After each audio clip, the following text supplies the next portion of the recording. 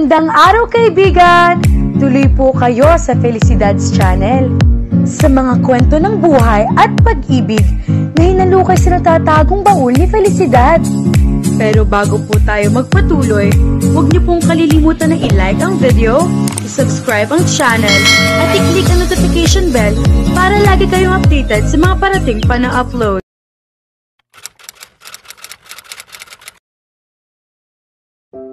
Bumuntong hininga si Mavic pagkababa niya ng tricycle na naghatid sa kanya sa bahay nila sa Kalaka.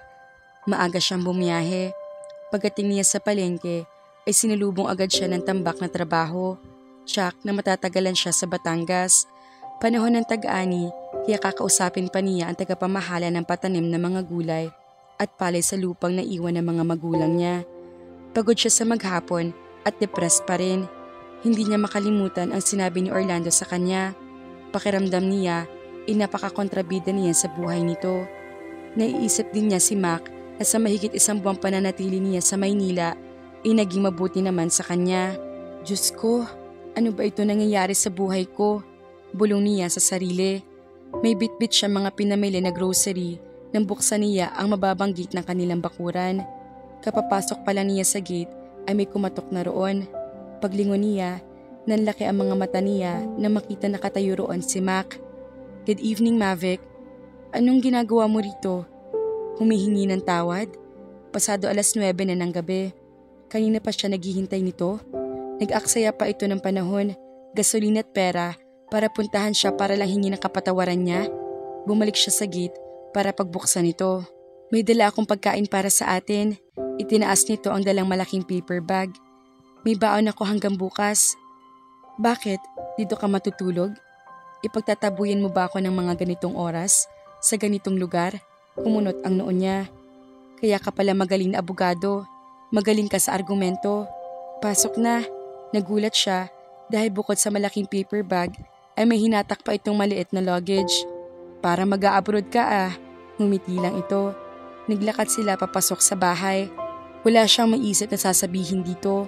Bumarayat ang puso niya sa kanyang lalamunan. Gaya ng sinabi ni Orlando, wala ka namang kasalanan. Sabi ni Mavic kay Mac na makapag-usap sila. Nasa hapag pa rin sila. Tapos na silang kumain ng main meal pero padampot-dampot pa rin sila ng french fries, onion rings, chicken wings at kung ano-ano pang natira sa maraming pagkaing dala nito. Nagigilty ako dahil sa nangyari sa kanila. Umiiling na sabi nito. Mabuti na lang at wala nangyaring masama sa kanila, lalong-lalo na sa kapatid mo. Ayaw niyang ituloy ang demanda sa mga gumulpi sa kanya. At ako pang inaway ng talipandas na Orlando na yun. Hindi ko siya kinakampihan, Mavic, pero kung iyon ang gusto niya, siguro dapat mong igala ang desisyon niya. Maingat na sagot nito. Halatang naninimbang pa rin. Iyon na nga, ganoon na nga lang gagawin ko. Dahil ayokong pag-awayan pa namin iyon. Pero nakakainis na siya na ang dehado. Siya pa itong ayaw magreklamo. At ako pang inaway. Hayaan mo muna siya. Nag-a-adjust pa siya sa bagong buhay niya. Siguro bahagi lang iyon ang paghahanap niya ng sarili niyang lugar sa mundo. Iyon ang iniisip ko. Hahayaan ko na lang talaga siya. Magko-concentrate na lang ako sa pag-aaral para wala siyang masabi. Teka, paano mo nga pala nalaman itong lugar namin? Kay Ate Salve, ang sabi ko, papadalhan kita ng bulaklak hanggang dito. Parang kinilig, kaya ibinigay niya kompletong address niyo pati postal code. Ang bruhang yun talaga. Pumalatak siya. Nakakahiya sa iyo dahil pumunta ka pa rito para lang humingi ng dispensa. Alam kong busy kang tao, pero masaya ako dahil nandito ka. Nakakalungkot dito dahil wala na nga si Olan. Nagpaiwan pa sa Maynila si Ate Salve. Well, hindi ka na malulungkot ngayon. Sasamahan kita hanggang sa pagluwas mo. Baka 1 linggo ako rito. Natatawang sabi niya. No problem, naroroon ang junior associate ko. Siya muna ang namamahala sa opisina. 1 linggo akong naka-leave. Sasamahan mo talaga ako? At tutulungan pa kita sa mga trabaho mo rito para matapos agad at na makapasyal ka pa tayo rito sa Batangas. Nag-inat ito at humikab. Pagbaba ng mga kamay nito, ay nagulat siya na mga maglandig ang mga iyon sa kamay niya. Hinawakan siya nito ng mahigpit. I missed you. Deklara nito na nakatingin ng mataman sa kanya. Kayo talaga mga abogado? Bolero, sabi niya para pagtakpan ng biglang pagbugso ng kaba sa dibdib niya. Hindi kita binobola. I mean it. Teka nga, nanliligaw ka ba? Kahit 7 bundok tatawirin ko para lang makita at makapiling ka. Sabi nito. Ikaw humusga, nanliligaw ba ako? Hindi. Humihingi ka lang ng kapatawaran sa kasalanan mo. Kasama na rin yun. Package deal itong punta ko dito. Tama na. Tumigil ka na. At baka kung saan mauwi ang pinagsasasabi mo. Binawi niya ang kanyang kamay mula sa pagkakahawak nito. Magligpit na tayo at magpahinga na. It's been a long day. Mabuhay ang pagtayo niya. Nanginginig ang mga tuhod niya. Agad na nagligpit ng mga leftovers nila si Mac. Ako nang gagawa niyan. I'm sure hindi ka sanay sa ganyan. Mas pagod ka kaysa sa akin. Pero ang mabuti pa sabay na tayo magligpit para mapadali ito. Pagkatapos nila maghugas sa mga pinagkainan nila, ay giniya niya ito sa dating silid ni Orlando. Guest room namin ito. Dito dati si Orlando. Pero nang namatay ang parents namin, lumipat siya sa master's bedroom. Masyado kasi siyang maraming gamit at abubot kaya inukupan niya iyong malaking silid. 4 ang kwarto rito pero ipinakonvert kong maliliit na opisina at maliit na library itong pinakamaliit. Malaki itong bahay ninyo. Mga 2 years pa lang na naipaparenovate ito nang maaksidente ang parents ko. Bukod sa pagpapapintura at yearly maintenance nito, wala pa namang nasisira na kailangan ng major repair. Well-maintained din ang garden dahil pumupunta rito araw-araw iyong anak na katiwala namin sa bukid. Naglilinis siya bago pumasok sa eskwelahan. Libre pagkain at baon na siya. Tapos iyong nanay niya ang naglilinis dito kapag wala kami ni Ate Salve. Kayo lang ni Ate Salve nakatira dito? Oo. Hindi kayo natatakot na baka pasukin kayo dito? Mukhang may kaya kayo rito. Sa awa ng Diyos, hindi pa naman nangyayari iyon. Magkakakilala kasi kami dito. Speaking of may kaya, sina Kuya Dalmasio ang mayaman dito. May mga beachfront properties sila at malawak ang farm nila. Kaya hindi ko maintindihan kung bakit siya nabubuhay ng ganoon sa Maynila, samantalang kung uuwi siya rito, hindi niya kailangan magpakamatay sa pagtatrabaho gaya ng ginagawa niya sa Maynila. Dahil doon siguro siya masaya. Siguro nga, hindi siya makakapaglandi rito dahil baka ipahila siya ni Tito Narsing sa kabayo. Natatawang sagot niya. Ipinagpag niya ang mga unan. Tulungan mo ko maglagay ng bedsheet. Pagkatapos may ayos ang kama, ibinuksan niya ang aircon at saka nagpaalam dito. Magpahinga ka na. Kung bukas ay hindi mo ko maabutan dito, puntahan mo na lang ako sa palengke. Ipagtanong mo lang ang pwesto namin. Olans ang pangalan. Nag-ikot siya sa kabahayan para siguradong secure. Pagkatapos ay umakyat siya sa kanyang silid at mabilis na naligo. Nakahiga na siya sa kama pero ayaw siyang dalawin ng antok. Overwhelmed pa rin siya sa ideyang naroroon si Mac. Ilang hakbang lang ang distansya sa kanya. Tinignan ni Mac ang interior ng Toyota Vios na ibinayad kay Mavic ng isang pinagbabagsakan niya ng dry goods. Biglaan ang pag-alis nito patungo sa Amerika kaya walang cash na may babayad sa kanya. Dati ay hindi siya tumatanggap ng sasakyan pero naisip niya ang sinabi ni Mac na masyado niya pinahihirapan ng sarili sa pagko-commute. Kaya tinanggap niya ang kotse. Nagpresenta pa ito maging instructor niya. Nanginginig ang mga kamay niya.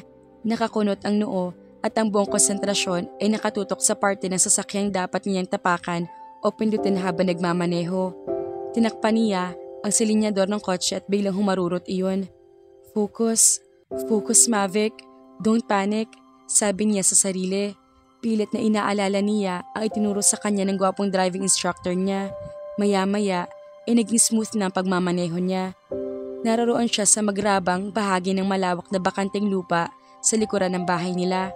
Relax lang kasi, natatawang sabi ni Mac.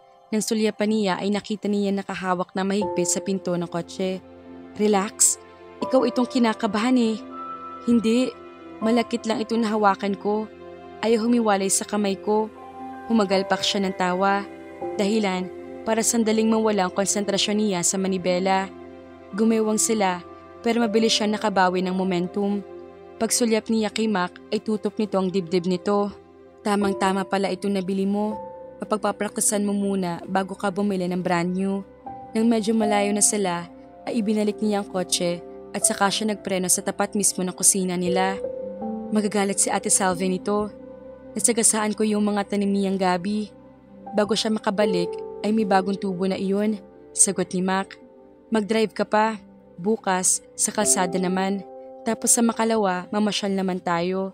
5 araw na tayo rito sa Batangas at marunong ka na mag-drive, kaya dapat mamasyal na tayo. Hindi ka ba hahanapin sa Maynila? Hindi pa naman. Sigurado ka ba?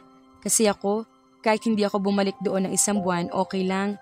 Dahil padadalhan ko lang sa Ate Salvi ng pera o kaya pa uuwiin ko muna siya rito.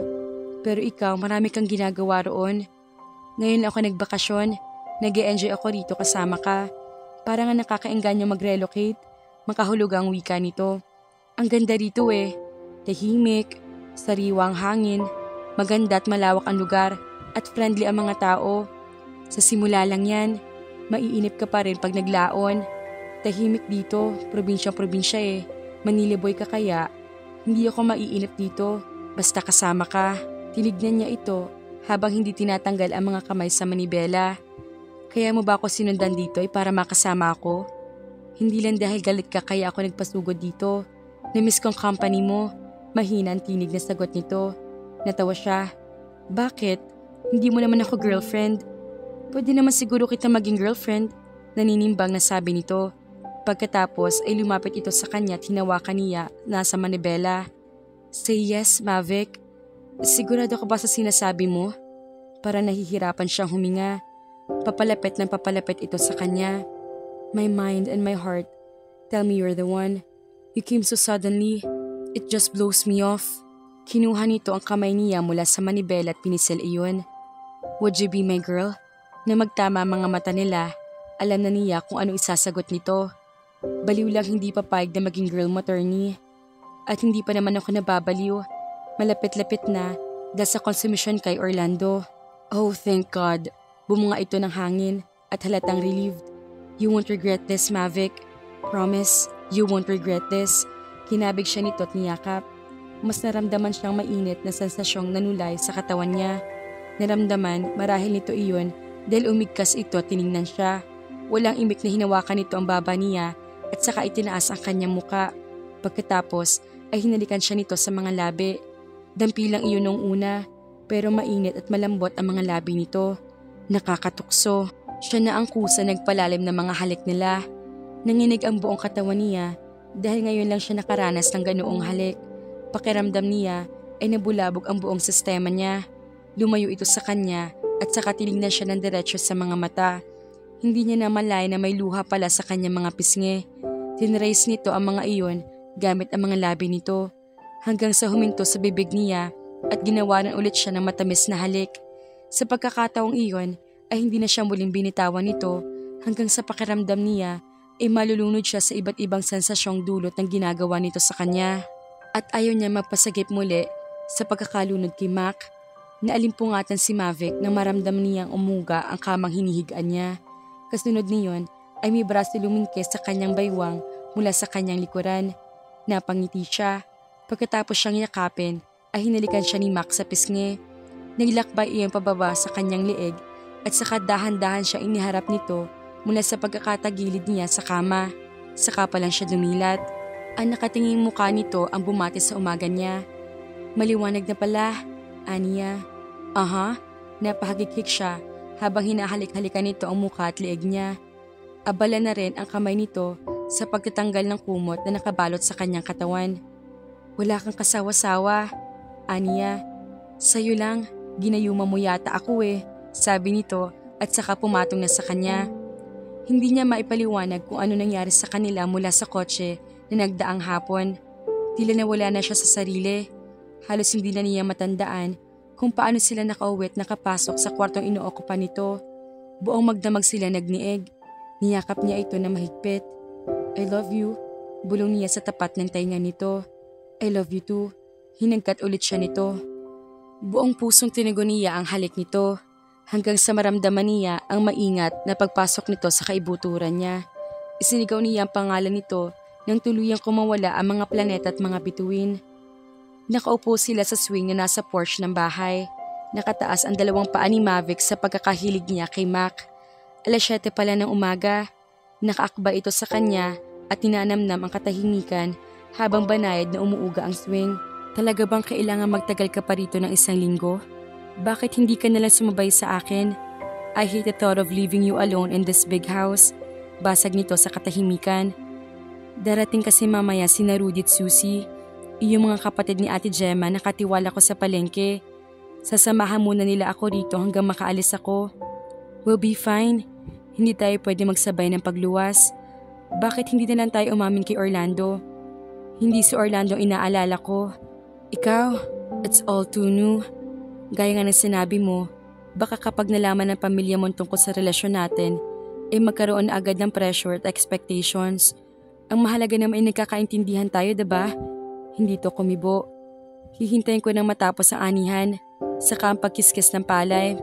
Manganganak din iyong mga inahing baboy sa farm kaya dapat nandito ako.